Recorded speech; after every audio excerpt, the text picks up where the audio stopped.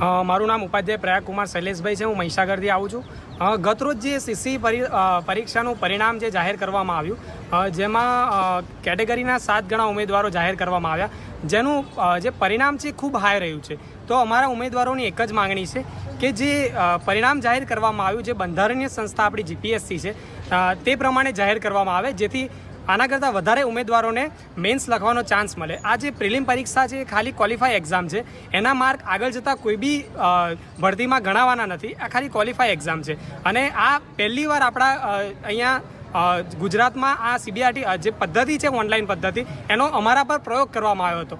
એમાં થયું એવું કે કોઈક વિદ્યાર્થીના 25 માર્ક વધી જાય છે, તો કોઈક વિદ્યાર્થીના 4 માર્ક, 5 માર્ક, 6 માર્ક ઘટી જાય છે, તો કોઈકના 10 વધી જાય છે. આ કઈ રીતનું નોર્મલાઇઝેશન સિસ્ટમ થઈ છે એ હજુ સુધી સમજમાં આવતી નથી. તો અમારી એક જ માગણી છે કે આ જે પરીક્ષાની જે મેરિટ લિસ્ટ જાહેર થયું છે એ જીપીએસસી પેટર્નથી જાહેર કરવામાં આવે, જેથી વધુને વધુ ઉમેદવારોને આ ભરતી પ્રક્રિયામાં આપણાને લાભ થઈ શકે. અને બીજી માગણી કે આવનારી તમામ જે ભરતીની પરીક્ષાઓ છે એ ઓફલાઈન પદ્ધતિથી લેવામાં આવે, સીબીઆરટી પદ્ધતિ તમામ પરીક્ષાઓમાંથી નાબૂદ કરવામાં આવે.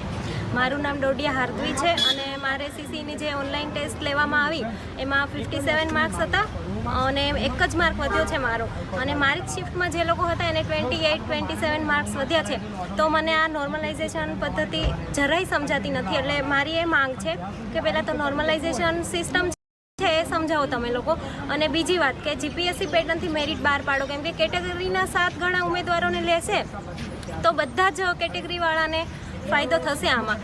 એટલે વધારે ને વધારે લોકો આમાં આવી શકશે અને લાભ લઈ શકશે, કેમ કે જગ્યા બહુ મોટી છે. આટલી મોટી વેકેન્સી પછી ક્યારેય નહીં આવે. તો મારી એ જ માંગ છે કે જીપીએસસી પેટર્નથી મેરિટ બને અને સીબીઆરટી રદ થવી જોઈએ. આજ પછી કોઈ એક્ઝામ સીબીઆરટી પદ્ધતિથી ના લેવી જોઈએ, કેમ કે એમાં સ્ટુડન્ટને બહુ જ અન્યાય થઈ રહ્યો. મારું નામ દર્શક આહિર છે. અમે અહીંયા અત્યારે જે કર્મયોગી ભવનમાં ગૌણ સેવા પસંદગી મંડળમાં જે સચિવશ્રીને રજૂઆત લઈને આવ્યા છીએ કે ભાઈ અમારું જે કાલે જે રિઝલ્ટ જાહેર થયું એ રિઝલ્ટ અમારું જે શું કહેવાય જગ્યાના 7 ગણા પ્રમાણે અમારું રિઝલ્ટ જાહેર થયું છે. પણ અમારી માગણી એવી છે કે જીપીએસસી કે જે આપણી બંધારણીય સંસ્થા છે એ જેવી રીતે જાહેર કરે છે એવી રીતે અમારું જે રિઝલ્ટ છે એ જાહેર કરવામાં આવે. અને બીજી માગણી અમારી એવી છે કે આ જે સીબીઆરટી પદ્ધતિ છે એ રદ કરવામાં આવે અને આગળની તમામ જે ગુજરાતની એક્ઝામ છે એ બધી અમારી ઓફલાઈન જ લેવામાં આવે અને સીબીઆરટી પદ્ધતિ આ ગુજરાતમાંથી નાબૂદ કરવામાં આવે એવી અમારી માગણી છે.